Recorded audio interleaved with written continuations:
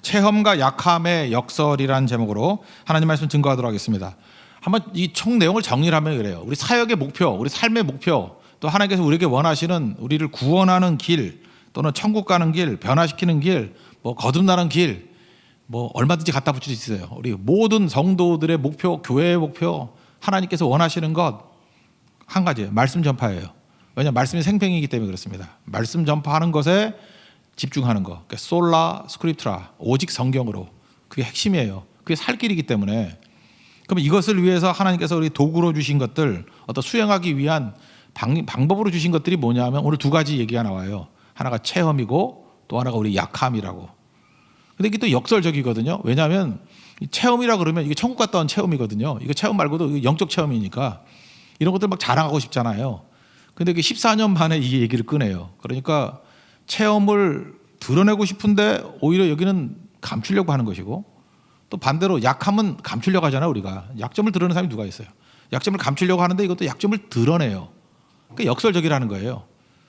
그런데 그걸 통해서 하나님께서 말씀 전파하는데 잘 사용하신다는 것입니다. 이건 바울의 예만 아니라 우리도 마찬가지라는 거예요.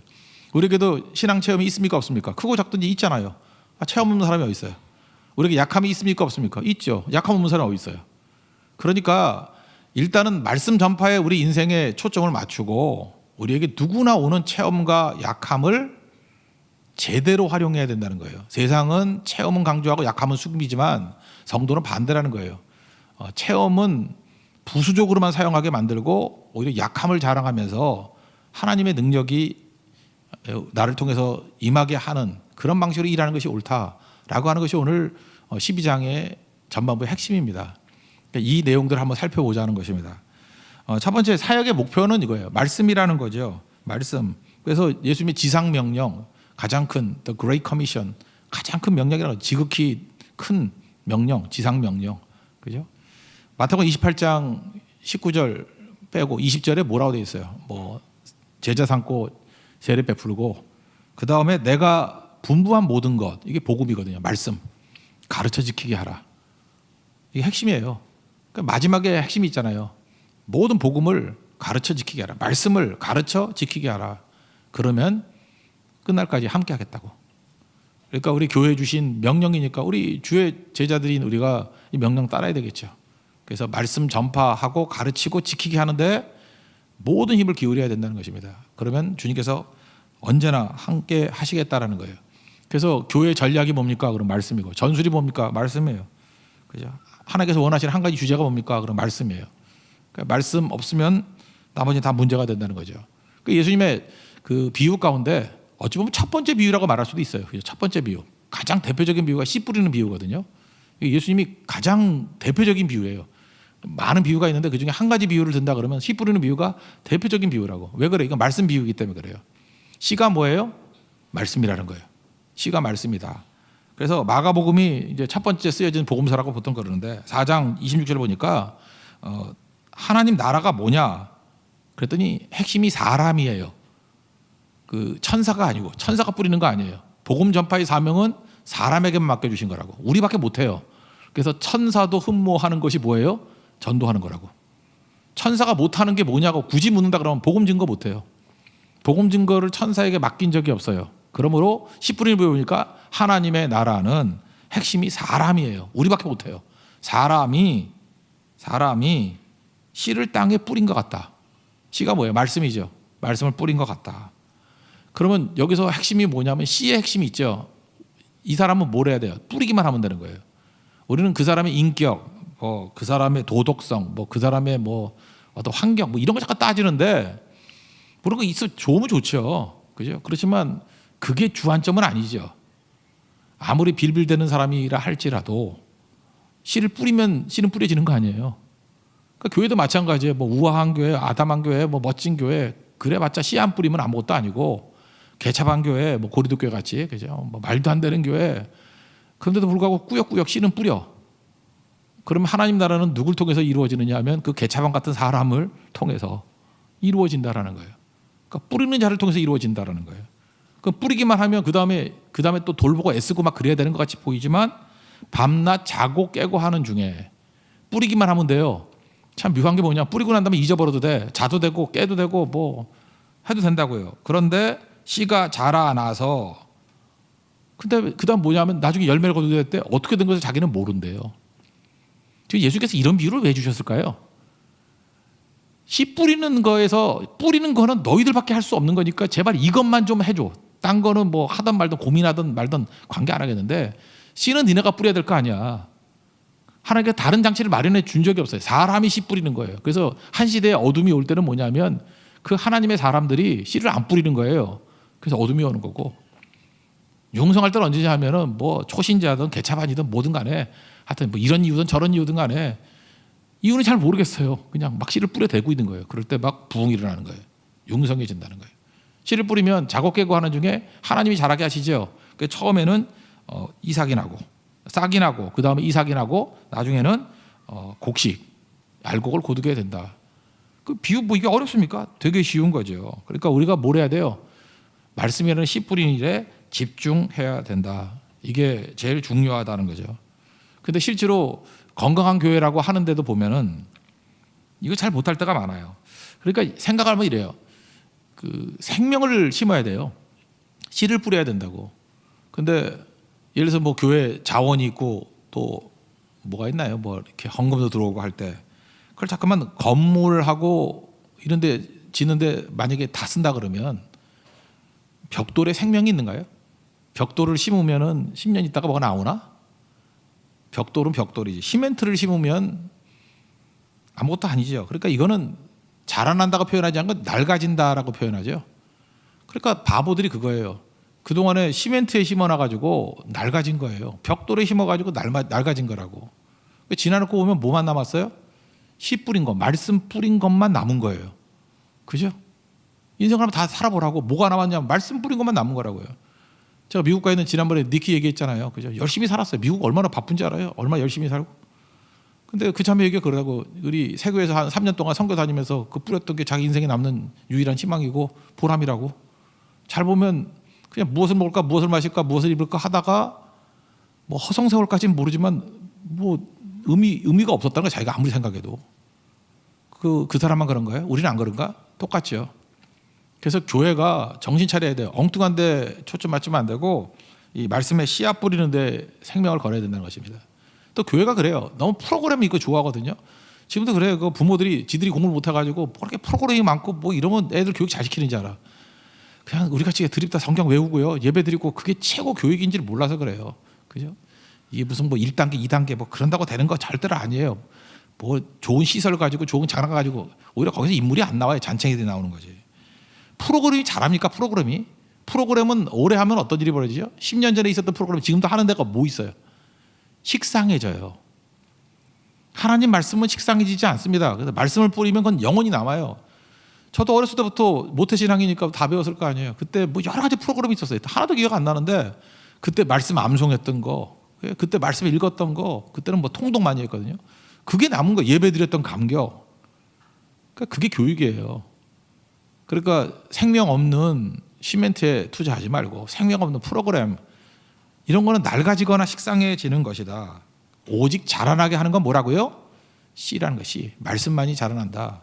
그래서 말씀 증거하는 일에 초점 맞춰야 된다. 그래서 사도 바울이 마지막에 쓴 성경이 디모데 후서 아니에요. 목회서신 4장 2절에 거기 뭐 내가 전자같이 부음이 됐다. 그거 하기 전에 4장의 시작이 뭐예요? 2절 너는 말씀을 전파하라. 때를 어떤지 못 어떤지 항상 힘쓰라. 그죠? 언제나 범사에 오래 참음을 가지고 그 전하라. 그 얘기 아니에요?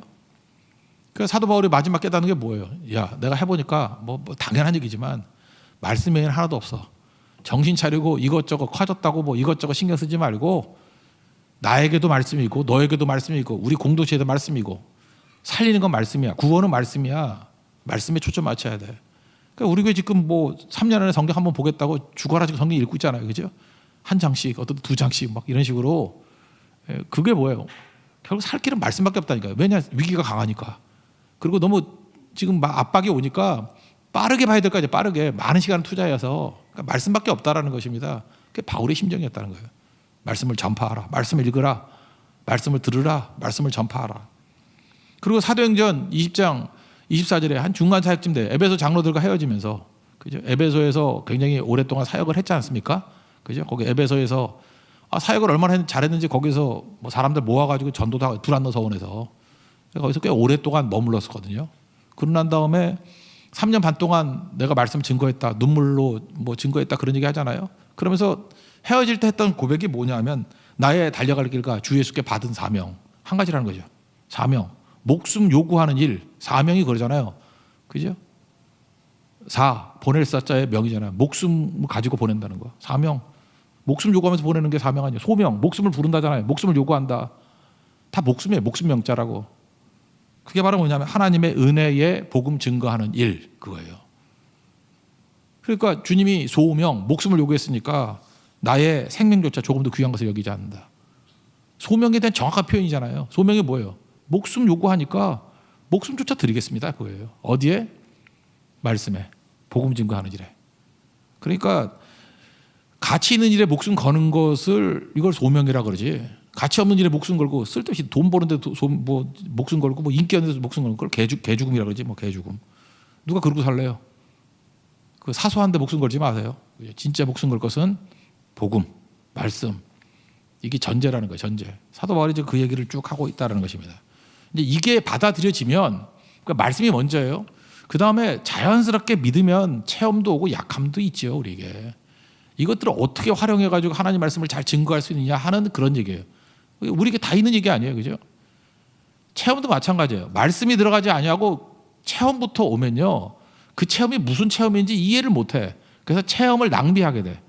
체험이라는 거 하나님이 우리에게 다 주시는 건데 똑같은 체험을 하고도 낭비하는 이유가 뭐냐 하면은 말씀이 없기 때문에 그래요. 근데 말씀이 일단 꽉 들어가고 난 다음에 그 다음에 오는 모든 체험들은요 다 도움이 돼요. 이게 여러분에게 비유가 될지 모르지만 저같이 설교하는 사람이 그렇잖아요. 예를 들어 주일 설교를 하는데 월요일쯤에 말씀 묵상을 했어요. 제가 설교 많이 안 할 때는 그렇게 했어요. 월요일날 말씀 준비 딱 해놓고 월요일날 어떤 걸 증거해야 될지 이제 마음속에 품고 있어요. 그럼 화, 수, 목, 금, 토 체험이 있잖아요. 체험이 참 묘한 게 뭐냐면 말씀 증거하는 거를 딱 가지고 있고 그 다음에 오는 모든 체험들이 여기에 녹아 들어가 가지고 모든 체험이 다 설교의 주제가 돼버리고 재료가 돼버리고 파워가 돼버려요. 그래서 꽝 때리는 거죠.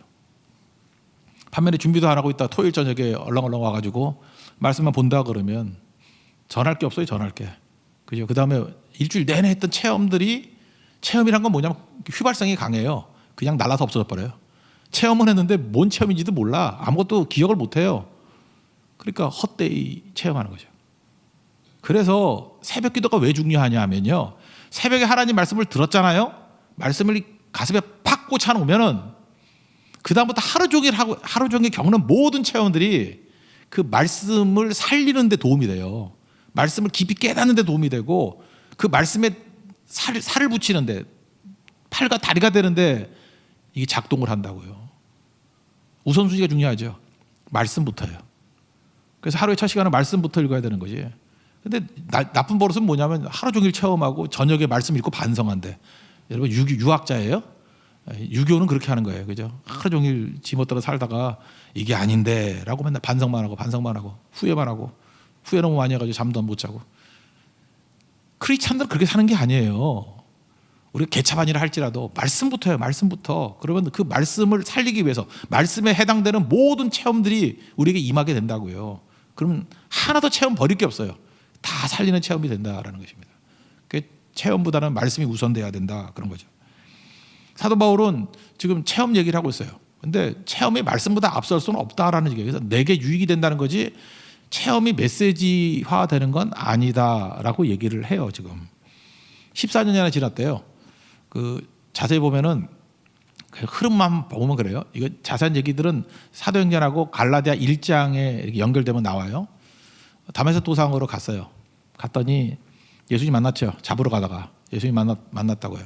그랬더니 사흘 동안 눈을 못 봤죠. 그리고 이제 끌려가지고 사람들 손에 끌려가지고 다메섹에 갔어요. 거기서 아나니아 보내가지고 눈 뜨게 만들었다고. 그런데 사도 바울이 다메섹에서부터 복음을 증거하는 거예요. 그랬더니 같이 잡으러 갔던 사람들이 벙쪄가지고 저 뭐 하는 놈이야 죽여버리자. 그랬더니 뭐 창문 달아가지고 도망치게 만든 얘기예요. 그래서 어디로 갔냐 하면은 예루살렘 갈 수 없잖아요. 그래서 자기 고향으로 갔던 것 같아. 고향에서 한 3년 정도 있다가 그 다음에 다시 올라가랬더니 또 생명의 위협이 있었어.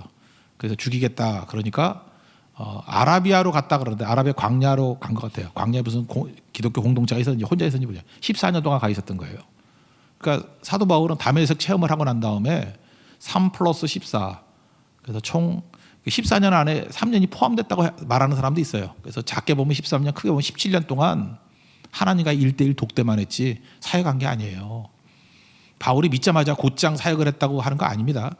그러니까 14년 내지 17년 동안 그때에 아마 봤던 환상이었던 것 같아요. 그죠? 천국에 갔다 온 경험. 1절과 2절을 한번 읽겠습니다. 시작.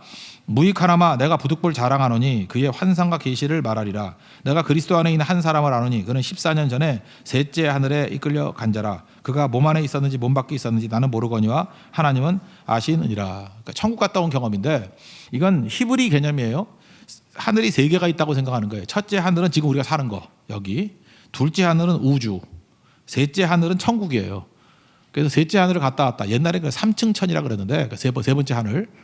그 셋째 하늘이 저 멀리 있는 게 아니라 바로 옆에 있는 거예요. 그죠? 개념상으로는. 그러니까 이 차원이 다른 거죠. 그러니까 그냥 셋째 하늘 그러면 그냥 천국이다 이렇게 이해하면 된다라고 생각을 합니다. 근데 우리 같으면 어때요? 천국 갔다 왔다 그러면 내가 본 천국 그러면서 책 쓰고 간증하고 다니고 막 그래야 될 건데 사도로 14년 전에 이런 체험을 했는데도 불구하고 지금 자기 사도권을 변증하기 위해서 지금 얘기하는 거지 이거 얘기 안 했죠. 왜 그래요? 말씀이 메시지지 자기 체험이 메시지가 아니기 때문에 그렇다는 것입니다. 지금도 가끔마다 그래요.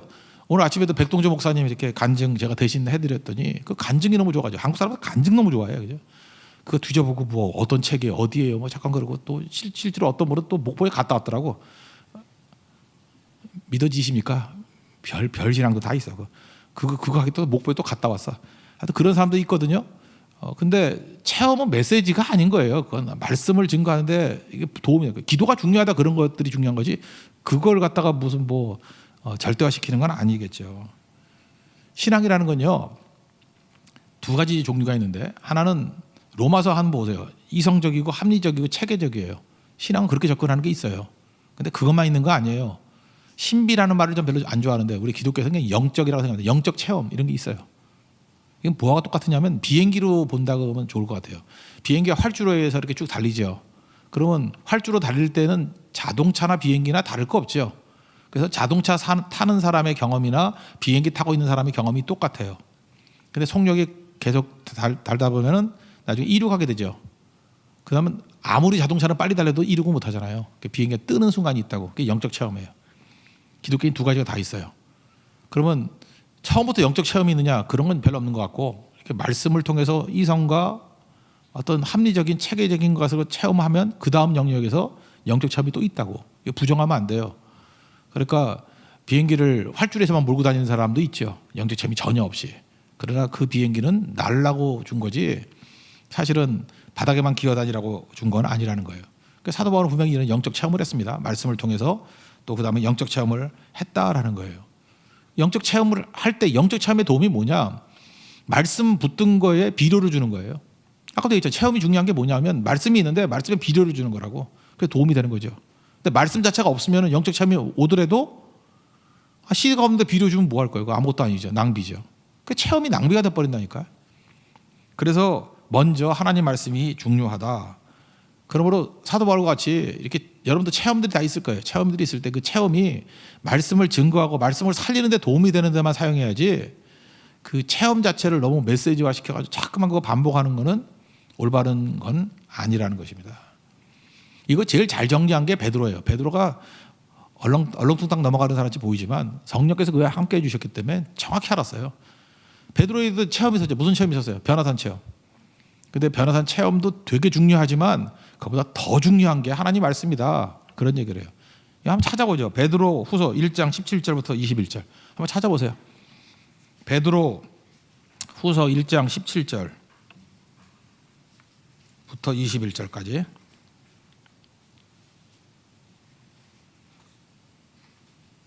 네, 다 같이 읽겠습니다. 시작. 지극히 큰 영광 중에서 이러한 소리가 그에게 나기를 이는 내 사랑하는 아들이요 내 기뻐하는 자라 하실 때 그가 하나님 아버지께 존귀와 영광을 받으셨는지라. 이 소리는 우리가 그와 함께 거룩한 산에 있을 때 하늘로부터 난 것을 들은 것이라. 또 우리에게는 더 확실한 예언이 있어 어두운 데를 비치는 등불과 같으니 날이 새어 샛별이 너희 마음에 떠오르기까지 너희가 이것을 주의하는 것이 옳으니라. 먼저 알 것은 성경의 모든 예언은 사설에 풀 것이 아니니 예언은 언제든지 사람의 뜻으로 난 것이 아니요 오직 성령의 강도하심을 받은 사람들이 하나님께 받아 말한 것임이라. 여기 보세요. 지극히 큰 영광 중에서 체험했다라는 거죠. 그렇지만 우리에게는 그 체험보다 더 확실한 예언이 있다고. 그게 뭐예요? 성경이라고. 그러니까 더 확실한 예언이 있는데 성경은 말하지 않고 잠깐만 무슨 체험 얘기한다 그러면 그 덜 확실한 거 가지고 그거 긴가민가 한 거 가지고 인생 살면 안 되잖아요. 그러니까 사도 베드로도 정확히 얘기했죠. 이런 엄청난 체험이 있음에도 불구하고 더 확실한 예언이 있다. 그게 하나님 말씀이라는 거예요. 성경은 그래서 중요한 것이기 때문에 사사히 풀지 말고 사람의 뜻이 아니고 성령의 감동하심으로 주신 것이다. 성경이 중요하다 그 얘기죠. 그러니까 말씀 중심적인 거. 그러면 체험의 유익이 뭔가? 뭐 이렇게 말씀에 살을 붙이고 다리를 만드는 거다. 뭐 그것도 좋은 거죠. 그지만 정리한다 그러면 일단은 나에게 확신을 줘요. 말씀이 있는데 나에게 체험까지 와요. 이 다리가 붙고 뭐 팔이 붙고 하면 확신이 오겠죠. 그래서 뜨거움이 생겨요. 뜨거움이. 뜨거울 때 잘 닿잖아요. 그렇지 않아요? 여러분들 뭐 어떤 걸 사랑하고 이렇게 내가 좋아하고 뜨거운 마음이 있으면 더 잘하지 않아요? 내가 막 되게 좋아하는 어떤 뭐 축구팀이 있어. 그 팀 응원할 때 더 잘하지 않아요? 그런 거라고. 체험은 내게 뜨거움을 줘서 잘하게 만드는 거예요. 사도행전 4장에 보면은 말씀 증거하지 마라. 뭐 정부에서 막 방해했잖아요. 그죠? 예루살렘에 복음 전하지 마. 그랬더니 내가 니네들 말 듣는 게 옳으냐? 하나님 말씀 듣는 게 옳으냐?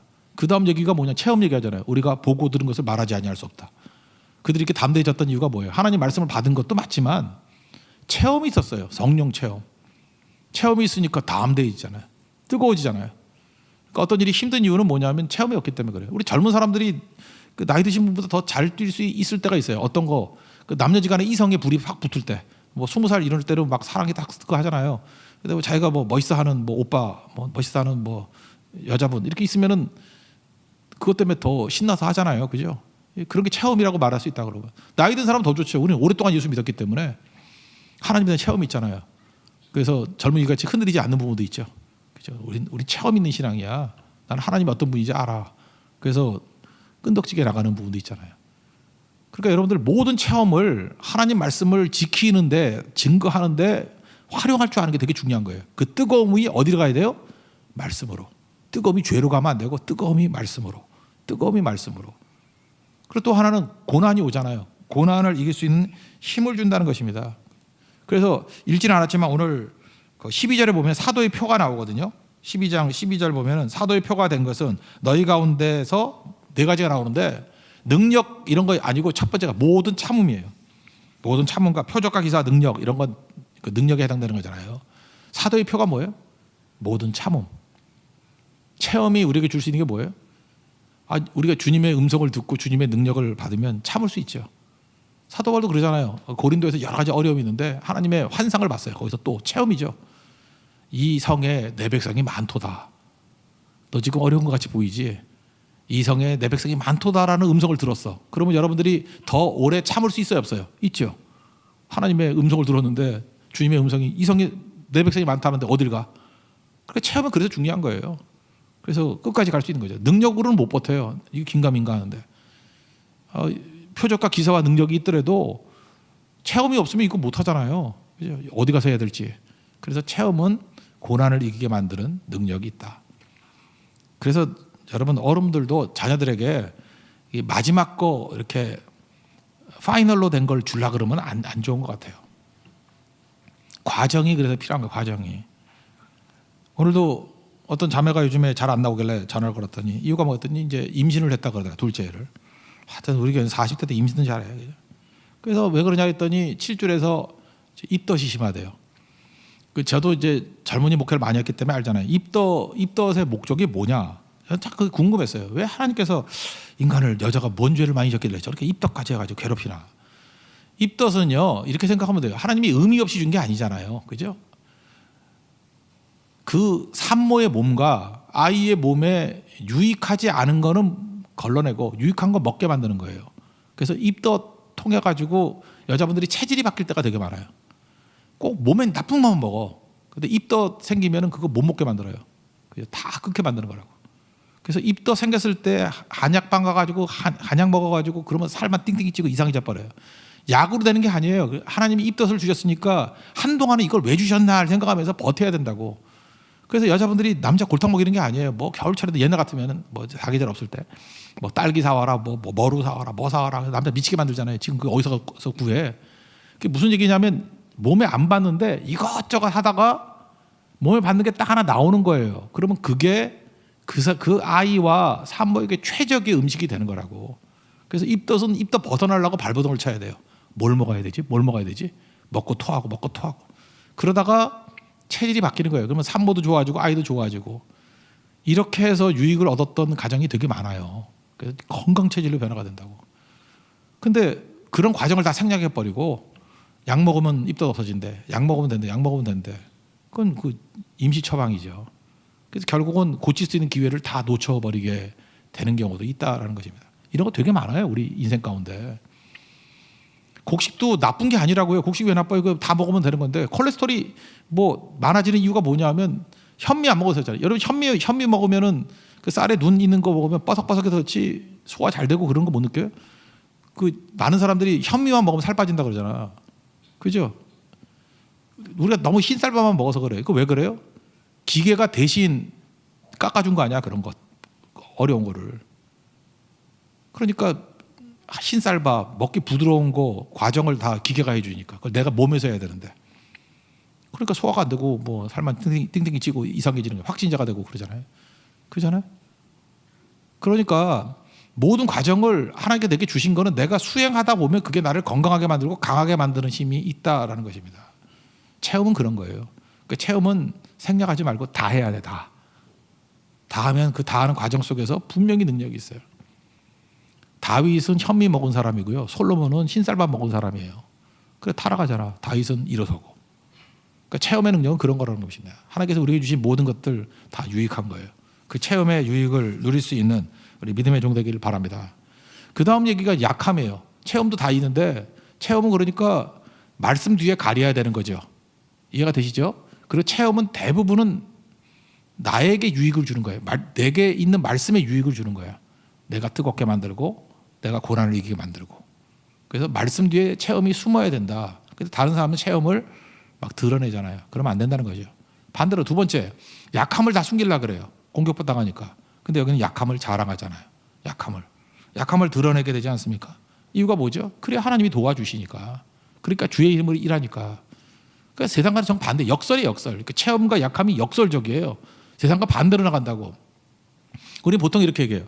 내가 하나님께 쓰임받기를 원합니다. 그런데 문제는 내가 너무 약해서 쓰임받을 수 없습니다. 강하게 해 주십시오. 근데 이 성경 잘 읽어보면 반대예요. 강하면 오히려 강해서 쓰임받지 못하는 거예요. 약해야 쓰임받는다고. 약해도 쓰임받는 게 아니라 약해야 쓰임받는다. 그게 더 맞는 얘기일 수 있다는 것입니다. 내가 쓰임받지 못하는 이유가 뭐냐. 너무 강해서 그래요. 약하면 쓰임받을 이유가 뭐냐. 첫 번째, 약한 사람이 순종 잘해요. 그죠? 강한 사람은 어떻죠? 자기 뜻이 10%게 살아있잖아. 그러니까 순종이 어려운 거예요. 그러니까 자꾸 자기 방법대로 하려고 그래. 근데 약한 사람은 힘이 없으니까 하나님 말씀대로만 하죠. 자기 카드가 없잖아요. 자기 카드에 대해서 자신감도 없고. 오늘 시편 73편을 살폈는데 거기 악인, 하나님 믿지 않는 악인의 특징이 뭐예요? 교만함, 자기 최고. 그래서 교만한 시선의 교만, 무섭죠. 말의 교만, 아나무인, 그 다음에 강포, 폭력이에요. 나중에 몇 번 하다 보면 폭력적이 돼버려요. 그래서 악인들의 특징은 뭐냐? 교만하거나 나를 향해서는 교만, 남을 향해서는 강포, 폭력적이에요. 그렇죠? 그런데 하나님의 사람, 그걸 의인이라 그러는데 의인의 특징은 뭐예요? 겸손하죠. 자기를 낮추고. 그 다음 뭐예요? 강포. 힘이 없는데 무슨 강포가 어디서 폭력할 게 없죠. 철저히 하나님 말씀대로만 순종하게 돼 있다는 것입니다. 그래서 제가 사업하던 분 얘기를 들었던 적이 있어요. 옛날에 사업 잘 되기를 위해서만 기도했대요. 그런데 기도가 바뀌더래요. 자기가 약해지니까 하나님 방법대로 사업하게 해주세요. 그래서 약해져서 잘 되게 해달라 그럴 때는 잠깐만 자기 생각에 앞서가지고 잘 돼가다 두고 넘어지고 했는데 하나님의 방법대로 되게 해주세요. 그랬더니 하나님 방법대로 하니까 세상 사람들이 바라볼 때는 바보잖아요. 그죠? 세금 철저히 내고 정직하고 이러면 사업이 안 되고 망할 것 같이 보이잖아요. 그런데 오히려 약해지니까 순종이 편하더라는 거예요. 회사가 규모가 작아지고 약해지니까 순종이 편하더라는 거예요. 클 때는 순종이 어려웠는데 작아지고 순종이 편하더라는 거예요. 그러니까 순종이 되기 시작하면서부터 다시 일어나는 얘기예요. 뭐 오늘 그 큰 주제가 아니니까 하여튼 그런 얘기가 있어요. 잊지 말라고요. 약할 때 순종 배우는 거예요. 잠깐만 너 순종이 안 되는 사람은 강하기 때문에 그래요. 같은 맥락인데 두 번째, 약할 때 의지를 해요. 주님의 의지를 더 많이 한다고. 9절을 한번 읽겠습니다. 시작. 나에게 이르시기를 내 은혜가 내게 족하도다. 이는 내 능력이 약한 데서 온전하여 짐이라 하신지라. 그러므로 도리어 크게 기뻐함으로 나의 여러 약한 것들에 대하여 자랑하리니 이는 그리스도의 능력에 내게 머물게 하려 함이라. 그러니까 약한 게 왜 좋죠? 내 힘 의지하지 않고 하나님의 능력만을 의지하기 때문에 그렇습니다. 뭐 똑같은 얘기죠. 순종자라고 의지하고. 그 요셉이 종이잖아요. 노예잖아요. 노예인데 권위가 있었던 이유가 뭘까요? 하나님만 의지하니까. 노예인데 뒤에 요즘에 많이 쓰는 아우라가 생긴 거야. 아우라가. 하나님의 아우라가 생겼어요. 하나님의 권위가. 얘는 권위가 무서운 거예요. 어떤 사람은요 이렇게 좀 아랫사람인데도 불구하고 윗사람이 함부로 못하는 사람이 있어. 그렇다고 막 대드는 것도 아니에요. 대드리면 잘라버리지. 근데 뭔가 그 하나님의 신적 권위가 있어요. 하나님 철저히 의지하는 사람에게 그런 게 있어요. 여러분 요셉에게 그런 거 못 느껴요? 다니엘에게 그런 거 못 느껴요? 종인데 함부로 못해. 왜냐 그 뒤에 뭐가 있어. 자기 눈에는 안 보이지만 뭐가 있어. 하나님의 권위가 있다고. 여러분 마찬가지예요. 여러분 있지도 않은 힘 가지고 길길이 뛰면서 내가 얼마나 센 놈인지 알아. 어디서 고개 빳빳이 들어. 그러면 여러분 뒤에서 뒤통수 치지만 하나님만 철저히 의지하면요. 믿지 않는 사람들도 다 느껴요. 제 뒤에 뭐가 있어. 그게 위험이에요. 위험. 성도의 위험. 그래서 예수님 말씀 증거하니까 사기가 같지 아니하고 권세 있는 자와 같다. 그런 얘기 하잖아요. 예수님의 그 권위가 있어요. 위험이 있다고. 옛날에 제가 그 중국에서 싸움닭 그 훈련시키는 얘기 들은 적이 있는데 너무 재밌었어요. 싸움닭을 훈련시키는데 뭐 한 달인가 일주일인가 한 달인가 돼요. 뭐 한 달인가는 그 빌빌대는 닭 이렇게 자질은 좋은데 싸움 잘 못하는 닭 데리고 온대요. 한 달을 훈련을 시키니까 눈매가 달라지더래. 눈이 풀어졌다가 또리또리해지는 거예요. 2달째 훈련을 시키니까 이제는 물러서지 않고 이렇게 버티더래요. 눈매 살아있고 버티고. 석 달쯤 되니까 백전백승이더래요. 닥치는 대로 싸워 이기더래요. 닭이니까. 예, 닥치는 대로. 그래서 주인이 너무 고마워가지고 야 이게 3번 훈련시키니까 이렇게 강한 싸움닭 만들었군요. 데려가려고 그랬더니 잠깐만 그러더니 한 턴만 더 있으라고. 한 턴만 더. 마지막 단계 가서 봤더니 얘는 3번째 단계에서는 잘 싸우는 닭이죠. 4번째는 전혀 안 싸워요. 그 주변에 샬롬, 평화로다. 그냥 가만히 서 있기만 하는데도 딴 닭들이 고개를 숙이더래. 감히 대들 생각 안 하고. 그게 진짜 힘이라는 거예요. 이제 가져가래요. 그때는 뭐 엄청난 백전백승하는 싸움닭 됐다고. 그러니까 싸움이 뭐예요? 딱 올라가니까 꼼짝을 못하는 거예요. 꼼짝을. 그 개장수의 위험이라는 거 그때 한번 소개했죠. 막 이런 미친 놈의 개들이 막 덤빌려고 그러고 막 그런데 개장수가 나보다 허름한 아저씨야. 잠바 입고 비실비실 갔더니 애가 그 무서운 도사견들이 꼬리를 감추고 오줌을 질질 싸더라고. 유튜브에 있어요. 개장수의 위험. 한번 보라고. 나는 항상 이게 영적 침체에 빠질 때마다 그것도 봐요. 반복해서 보면서 하나님 이 개장수의 위험을 주옵소서. 이 개 같은 마귀들 이렇게 질질 싸게 해주세요. 그게 아우라야 아우라. 뭔지 잘 모르겠대요. 근데 개장수가 그래. 글쎄 모르겠는데 나는 그 여유로움, 뭐 눈빛 뭐 그러더라고. 뭐긴 뭐야 그게 아우라지. 신적 위험이지. 이런 게 있어야 된다고요. 싸움닭도 마찬가지라는 거예요. 딱 보는 순간에 기가 팍 죽어버리는 거예요. 이게 언제 일어나요? 하나님만 철저히 의지하는 사람에게 나타나는 능력이라는 것입니다. 그리고 또 그다음 3번째 약할 때는 뭐예요? 수용을 잘해요. 수용을. 강할 때는 내 거 주장하기 바쁘니까 아무것도 못하지만 이제 다 영접하는 거예요. 영접하는 거. 그래서 믿는 자가 영접하는 자잖아요. 요한복음 1장 12절 영접하는 자 그 이름을 믿는 자 하나님의 자녀가 되는 권세를 주셨다. 영접하는 자 믿는 자 동의하잖아요. 그러니까 하나님의 뜻을 다 영접하는 거예요. 여기도 보니까 기뻐한다 그랬잖아요. 그죠? 기뻐하노니 10절 보세요. 그러므로 내가 그리스도를 위하여 약한 것들과 능력과 궁핍과 박해와 공고를 기뻐하노니 기뻐한다는 건 뭐예요? 영접한다. 옛날에는 하여튼 뭐 칭칭대고 징징대고 하나님 앞에 말이 많았어. 하나님 뭐 주시면 이건 감사한데 이건 아니고 그 다음에 하나님 이 일은 좋은데 저 일은 아니고 뭐 그렇게 말이 많어. 그죠? 뭐 대만 성교는 좋은데 말레이시아 성교는 아니고 뭐 말레이시아 성교는 좋은데 뭐 네팔은 아니고 뭐 이렇게 항상 이건 좋고 나쁘고 잠깐 좋다 나쁘다 하는 건 누가 중심이에요? 내가 중심인 거죠. 근데 종은 어때요? 주인이 명한 대로 하는 거예요. 그냥 주는 대로 주는 일을 하는 거지. 그래서 말이 없어져요. 그게 무슨 얘기예요? 그러니까 다 영접한다는 거죠. 다 영접한다는 거. 사람도 마찬가지예요. 여러분들 이런 거 있잖아요. 나는 제일 힘든 게 인간관계예요. 그래서 왜 저렇게 내가 싫은 사람하고만 만나게 만드는지. 내가 좋은 사람, 싫은 사람이 있다라는 것 자체가 자기 중심적인 거라고. 안 그렇습니까? 내 기분이 기준 아니에요. 내가 기분 좋아야 좋은 사람이고 기분 나쁘면 나쁜 사람이고 자기 중심인 걸 왜 모르냐고.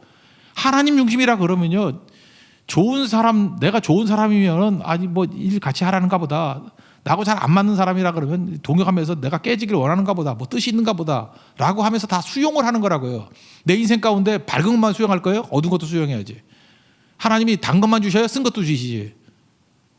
그래서 골고루 먹어야 된다 그러잖아요. 골고루. 편식하는 놈들 다 죽여버려야 돼. 그죠? 그 자기 중심적인 거 아니에요. 그냥 어머니가 좋아서 먹으라고 준 거 아니에요. 필요하니까. 그렇지 않아요? 하나님께서 우리에게 차를 마련해 주실 때 다 필요하기 때문에 주신 거라고. 골고루 다 먹어야 돼요. 내가 선택하는 게 아니고. 내가 선택한다는 건 그게 자기 중심적인 사람이라고. 그러니까 문제가 되는 거죠. 어떤 분이 기도를 했대요. 하나님, 내가 하나님 나라의 큰 그릇이 되게 해주세요. 큰 그릇이 되게 해주세요. 이렇게 반복해서 기도하는 사람 있잖아요. 그죠? 막 큰 그릇 하다가 졸았대. 졸았는데 꿈속에 하나님이 나타나셔가지고 국자로 때리더래. 그래서 깨가지고 목사님 이게 개꿈이에요? 진짜 꿈이에요? 했더니 그게 하나님의 뜻이다. 하나님의 국자 되라. 그러면서 그걸 해석을 해주더래요. 참 그 해몽이 중요한 거예요. 그죠? 국자는 자기 혼자 못하지 않느냐. 하나님 손에 붙잡힌 국자가 되라. 하나님이 푸는 대로 푸고, 그죠? 하나님 국 푸면 국 푸는 국자, 그죠? 죽을 푸면 죽 푸는 국자. 하나님의 국자가 되라. 그래서 그 사람 명함에 국자 인생 아무개 이렇게 써 있더래요. 국자 인생 아무개. 국자. 우리 좀 그랬으면 좋겠어요. 하나님 큰 그릇 되게 해달라 그러지 말고 그릇 되려고 그렇게 잠깐 그릇된 인생을 사는 거라고. 그릇 되려고 그러지 말고 국자 되세요. 국자. 하나님 손에 붙잡힌 국자. 그죠? 국자 되는 게 되게 중요해요. 쓰시는 대로 쓰는 거지. 그죠? 그게 제일 중요하다는 것입니다. 여기 육체의 가시잖아요. 사도 바울. 이게 뭐 간질병이라 그러기도 하는데. 여러분 이런 생각해봐요. 하나님이 왜 우리에게 그렇게 기도해도 안 들어주시나 이런 것도 있다고요. 근데 네가 능력을 너무 많이 받아서 그렇다잖아요. 한번 생각을 해봐요. 우리 가운데 우리는 모든 거 다 있었으면 좋겠다는 생각이 들어요. 뭐 그냥 잘생기고 뭐 몸매도 좋고 돈도 많고 좋은 대학 나오고 건강하고 뭐 이렇게 모든 게 다 좋아요. 다 좋으면은 이 사람이 힘든 건 뭐냐 하면 그냥 자기도 모르게 말만 해도 자랑이 될 수밖에 없잖아. 그렇잖아요. 나 오늘 뭐 점심 때 뭘 먹었는데 뭐 랍스터 얼마고 한데 그게 뭐 40만 원짜리야. 그러면 자랑은 아니고 일상 삶이라도 그 다른 사람한테 자랑같이 안 들려요? 그죠? 그다음에 너 왜 늦었냐 그랬더니 어떤 여자분이 뭐 중간에 오는데 뭐 3명의 남자가 번호 달라 그래서 피하라 오느라고 힘들어져요. 그 얼마나 죽이고 싶겠어. 그죠? 그 진짜일 수 있잖아요. 진짜라도 그게 평생 가야 전화번호커녕 전화번호로 맞지도 못한 사람은 얼마나 힘들겠어 그게. 그러니까 이런 인생이 좋은 인생이 아니라는 거예요. 근데 우리 보면 하나님께 특별히 복음 증거하는데 큰 은혜를 받은 사람이 있어요. 뭐 이렇게 큰 은혜. 다른 사람이 한 10배 막 이런 식으로 막 엄청난 은혜를 받은 사람이 있는데 꼭 보면은 가시가 있어. 가시가 너무 큰 거예요. 아픈 거예요. 기도했는데도 불구하고 안 없어져. 그럼 이 사람은요 자기가 가지고 있는 자랑을 내세울 여지가 없어. 시간에. 자기 가시가 너무 힘든 거야. 그래서 이 가시를 풀기 위해 이걸 짊어지고 가느라고 자기가 자랑할 거리가 자랑이 되지 못해요. 그래서 잘 쓰임 받는 경우도 되게 많더라고. 그래서 약할 때 온전한 내 능력이 네게 온전해진다. 이해가 되죠? 그래서 이렇게 생각하면 돼요. 한 3번 정도 크게 기도했는데도 불구하고 잘 안 된다. 그러면 잊어버리면 하나님이 나중에 주실 거면 주셔요. 그리고 그래도 안 주시면은 한번 곰곰이 생각해 보라고. 이거 말고는 다 좋잖아요. 내가 이거조차 없으면은 이것 때문에 묵상해서 내가 낮아지는 거지. 그러지 않으면 맨날 자랑질하고 다닐 거 아니에요. 우리 교회도 보면요, 이렇게 자랑 많이 했던 사람이 있는데 하나님이 가시를 하나 딱 주니까 입에서 자랑이 싹 사라져 버렸어. 그리고 자랑 대신에 그래서 사명에 쓰고요. 지금도 그 가시 때문에 치열하게 투쟁하고 있어요. 내가 지금 뭐 놀리는 얘기가 아니에요. 저도 그 문제가 빨리 해결됐으면 좋겠어요. 그렇지만 본인도 알 거예요. 그 문제 때문에 본인이 얼마나 하나님 앞에 겸손하게 쓰임받는 은혜의 그릇이 되는지. 저도 마찬가지고 여러분도 마찬가지 아니겠습니까? 우리 하나님이 좋으신 하나님을 믿습니까? 그러면 가시도 필요하니까 주시는 거예요. 필요하니까. 그래서 일단 가시 너무 좋아하지 말고 없애게 달라고 기도하세요. 그러나 그것만 기도가 돼서는 안 되고 이런 약함도 왜 주셨다고요? 말씀 전파 때문에 주신 거니까. 약해도 복음 증거가 계속 되고 있다 그러면 그냥 계속 하는 거예요. 백동조 목사님 그렇잖아요. 그분 잘 서지도 못해요. 그리고 왜소하고, 제가 다 얘기는 안 했지만 그 어머니가 사실은 첩이에요. 첩의 아들이고 더 많은 문제들이 있는데 그래서 자랑할 게 없는 거야. 그러니까 복음만 증거하잖아요. 그죠? 그 지역사회에서. 그러니까 우리 하나님 앞에 더 크게 쓰임 받는 거 아니에요? 우리는 이렇게 당당하게 일하고 싶지만 하나님께서는 어떤 때는 우리를 부끄럽게 만드시면서 하나님의 일을 다 하게 만드신다는 것입니다. 전파되는 게 복음이면 되겠죠? 그 마음 가지고 사는 종 되길 바랍니다. 다시 정리하면 우리 목표는 말씀입니다. 바울뿐만 아니라 누구든지 세상에 2가지 없는 사람이 어디 있어요? 체험 없는 사람이 어디 있으면, 체험이라는 게 사는 거니까. 그 다음에 약함 없는 사람이 어디 있어요? 우린 너무 많지. 근데 오히려 약함을 막 드러내면 순종 잘하지.